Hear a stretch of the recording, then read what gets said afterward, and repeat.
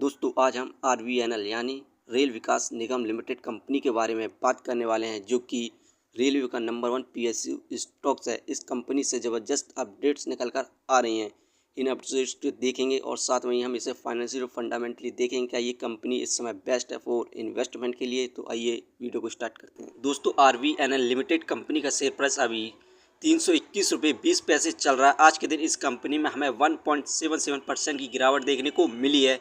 वहीं पे 5 साल में इस कंपनी ने हमें मल्टीबैगर रिटर्न्स दिए हैं 1568.57% के एक मल्टीबैगर रिटर्न्स दिए हैं। 5 साल पहले इस कंपनी का शेयर प्राइस मात्र 19 रुपये 25 पैसे था।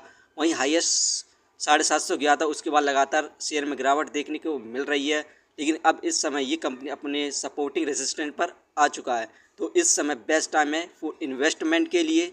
यदि आप इस कंपनी में इन्वेस्ट करना चाहते हैं फॉर लॉन्ग टर्म के लिए, तो आप अच्छे खासे रिटर्न पा सकते हैं। इस कंपनी से जो अपडेट्स निकल कर आ रही हैं उन्हें देखें तो RVNL have target 10% revenue growth in finance year 2027 और finance year 2026 focusing on higher margin project.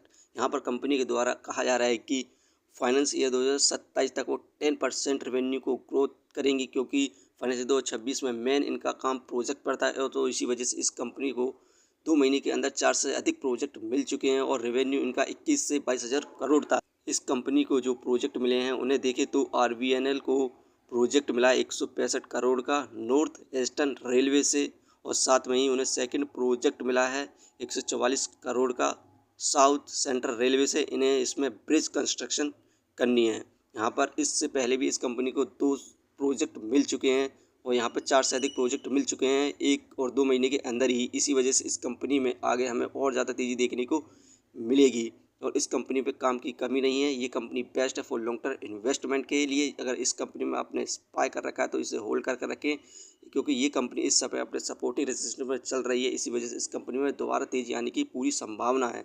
वहीं पर फंडामेंटल देखें तो मार्केट कैपिटलाइजेशन 66,919 करोड़, बहुत बढ़िया है। डेप्थ ऑफ इक्विटी 0.52 इस कंपनी पर हालांकि डेप्थ है, क्योंकि ये कंपनी अपने बिजनेस को एक्सपेंड कर रही है। रिटर्न ऑफ इक्विटी 11.88%, बहुत बढ़िया है। ये हमें पर ईयर के हिसाब से 12% के रिटर्न दे रही है। अर्निंग पर शेयर 5.45, बहुत बढ़िया है। डिविडेंड 0.54, ये कंपनी हमें पर ईयर लगभग 0.54% के रिटर्न दे रही है। बुक वैल्यू 45.48, ये शेयर हमें बुक वैल्यू हाई प्राइस में मिल रहा है। फेस वैल्यू 10, दोस्तों इस कंपनी फेस वैल्यू 10 है। आने वाले 2 से 3 सालों में इस कंपनी के द्वारा हमें दोबारा से स्प्लिट और बोनस देखने को मिलेगा। फाइनेंशियली देखें तो सितंबर 2024 में 287 करोड़ प्रॉफिट गेन किया था। दिसंबर में इंक्रीज़ हुआ 312 करोड़ हुआ। मार्च में इंक्रीज़ हुआ 459 करोड़ हुआ, लेकिन जून में प्रॉफिट कम हुआ था 134 करोड़ का हुआ था।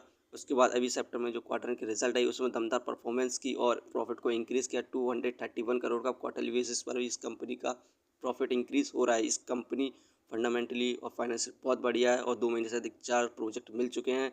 तो आगे इस कंपनी में हमें बहुत ज़्यादा तेज़ी देखने को मिलेगी।